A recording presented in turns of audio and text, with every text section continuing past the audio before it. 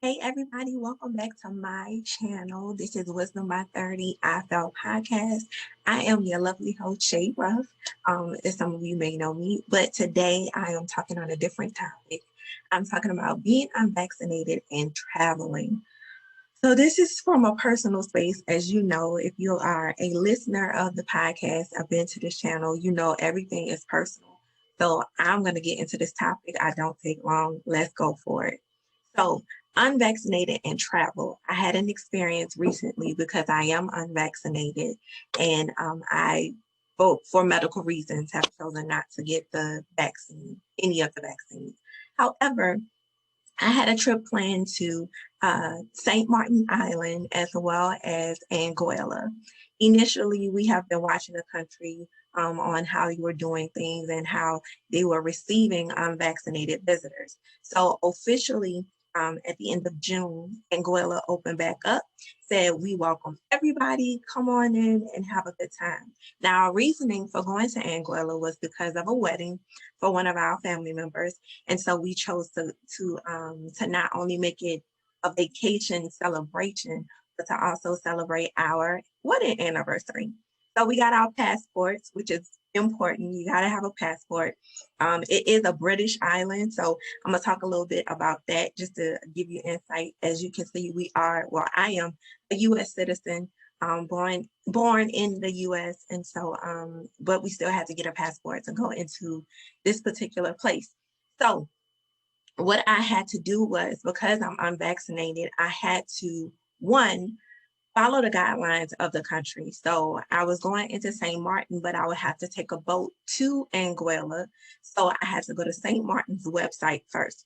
So the number one thing you want to do is make sure whatever country you're going into is to specifically go to their website.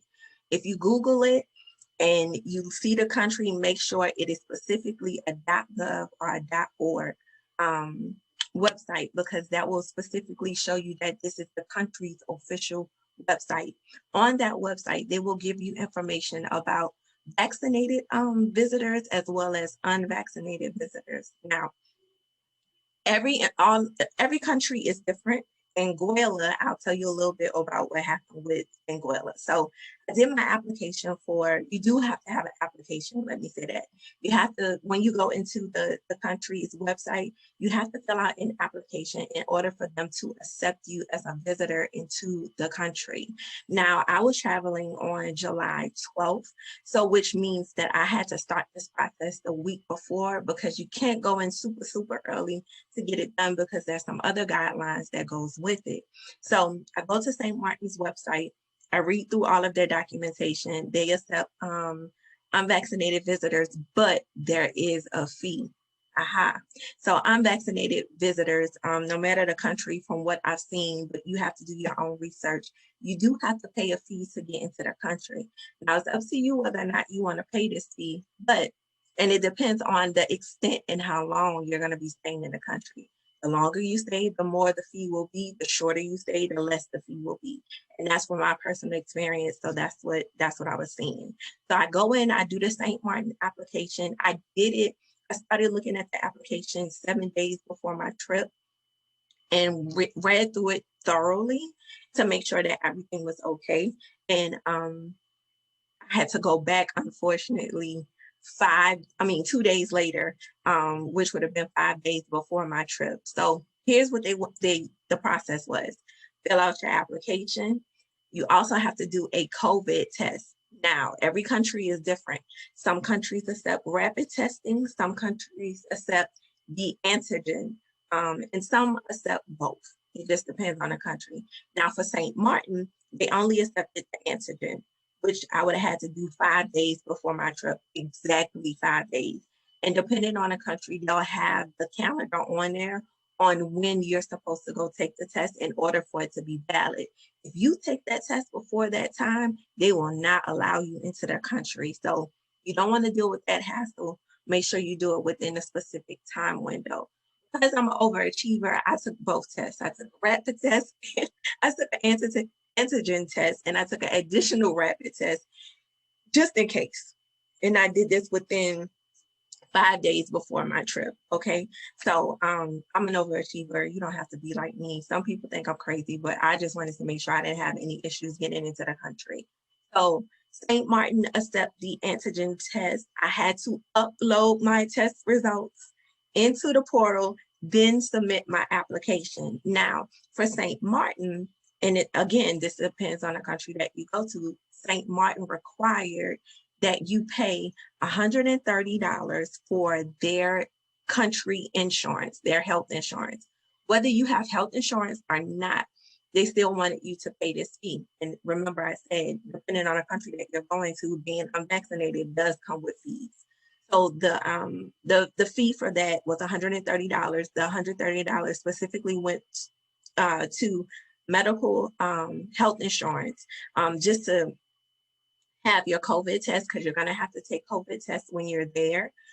They didn't require that I quarantine at all, but I had to do temperature checks all of the days that I was in the country. And you have to upload it. They send you an email, and then you have to upload your temperature check results into the portal. All right. So that was St. Martin. So I'll recap. So application 5 days before my trip, making sure that I took the COVID testing, the antigen and the rapid, just in case. Depending on the country, they'll tell you what you need to do. The third thing that I did was upload the test results into the portal with my application, submitted my application, submitted my fee, and waited for approval. Some countries are faster than others. St. Martin went ahead and pre-approved me right away. As soon as I clicked the button, they sent me an email back saying that I was pre-authorized to come into the country. And then once you get to the border, then you have to do your temperature check, another COVID test, and then you can go into your destination. The other important part about your application is having a physical address to where you're staying. In my case, I was staying in an Airbnb. So I had to put the address of that particular location where I was staying, because they want to make sure that they're tracking all visitors, vaccinated or unvaccinated. Okay, so that's very important. You can't just put anything, because they will go searching for you, and you don't want that to be an issue, nor do you want to be stuck not being able to come back across the border and come back home to the US. So I'm going to talk about Anguilla now. Now, Anguilla was a disaster. The reason why was because, again, I was traveling July 12th. Unfortunately, July 11th, the morning of July 11th, I got an email saying that I can no longer come into the country, because the country decided the day before that they were no longer taking unvaccinated visitors. Now, why is this so important? It's important because countries can do exactly what they want to do. And as an unvaccinated visitor, a person, these are the risks that we are facing. So whether you travel, you made this travel trip in advance or not, the good thing is with all of my travel, no matter where I'm going, whether it's in the States or not, I always get travel insurance, and I always make sure that I select a refundable ticket. It costs a little more, but it's worth it, because the one thing you don't want to lose is your money on a plane ticket that you weren't even able to make it to the trip. So the good thing was I was flying Delta. Delta was very gracious with me.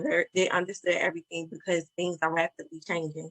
And and this is no plug for them or anything, because they're not paying me, but just to give you insight, Delta has on their website COVID restrictions, and they also let you know, hey, before you book this trip, you might want to look into where you're going and what the restrictions are.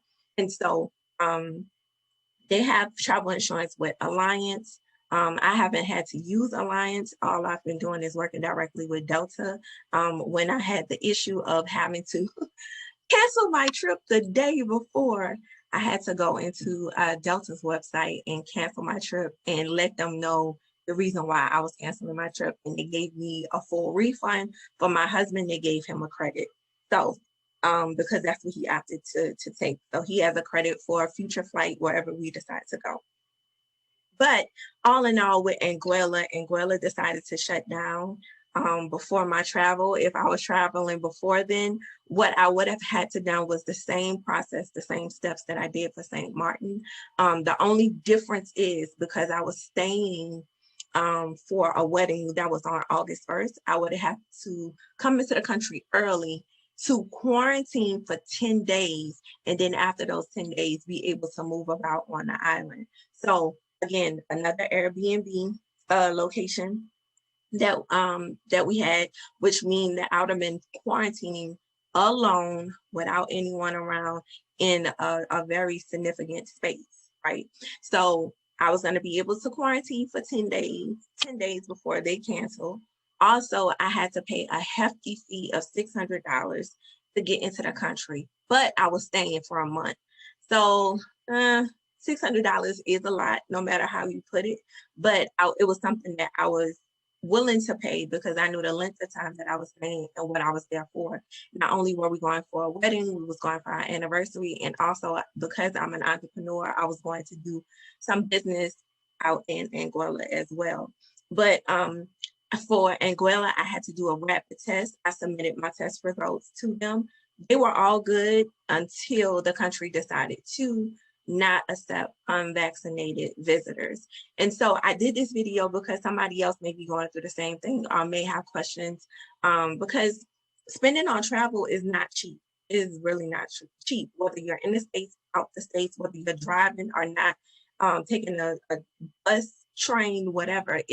It's costly, and it's something that you have to budget in. So just know, as an unvaccinated person, yes, we can travel in and outside of the country. However, they are taxing us with hefty fees because for some countries, well, majority of the countries, they feel like unvaccinated people are a risk. Also, if you are vaccinated, this is something else that I need to tell you. If you are getting the vaccine, make sure that you get both doses before you travel into any country at all, because some countries are not accepting you if you don't have a second dose by a specific day.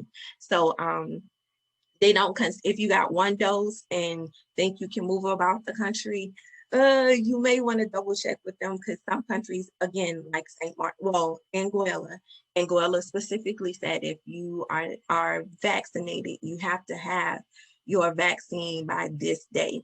Now, there are situations in other countries where we have family that's in England, and they are in our age group, under 40, and unfortunately the vaccine wasn't offered to them. So there are some people who want to get vaccinated, but it's not being offered to them because they don't have enough, just depending on where you are. So there are some issues with that as well. So for them, they had to do the same thing that I did, go into the country, quarantine. The only difference is because they live in England and Anguilla is British Island, their citizenship helped them get into the country and they didn't have to cancel their trip. I'm a U.S. citizen, so they consider me, consider the U.S. a high risk. So that's why they furthermore denied me to go into the country as well. Also, you will find on whatever country that you're going into, they have a hotspot list, which are the countries that are people who are from these specific countries are not allowed to come into their country. And Anguilla had a list about 20 countries.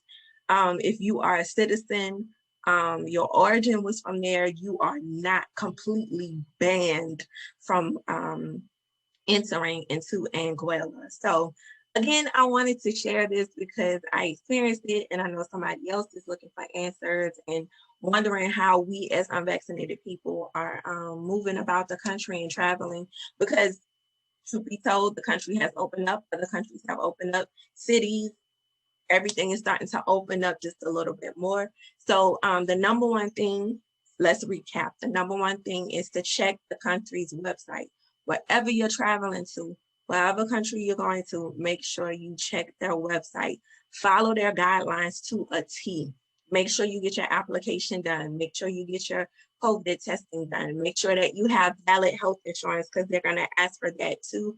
And you have to enter that on your application. Make sure you have a valid address to where you're staying. Don't just pull an address out of the sky and they go to verify that's where you're staying and they can't find it because they will deny your application for that as well.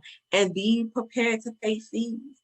Travel is already costly, like I said, but if I was really willing to take the risk of $600 because our cousin is getting married and it's very, very important to us that we be there to support him. So I was willing to go all in for my family. But unfortunately, you got to remember that countries can do whatever they want to do. They are their own jurisdiction. And so and they can decide to change the rules at the last minute. I am an example of that. So if you have any questions, leave a comment below. If you would like to, you're welcome to subscribe to my channel. Please do. I would love to have you. And so I just thank you so much for watching this video today. And be safe out there, y'all. It's crazy. So, but no matter what you do, make sure you have fun and do it wholeheartedly. This has been Shay Ruff.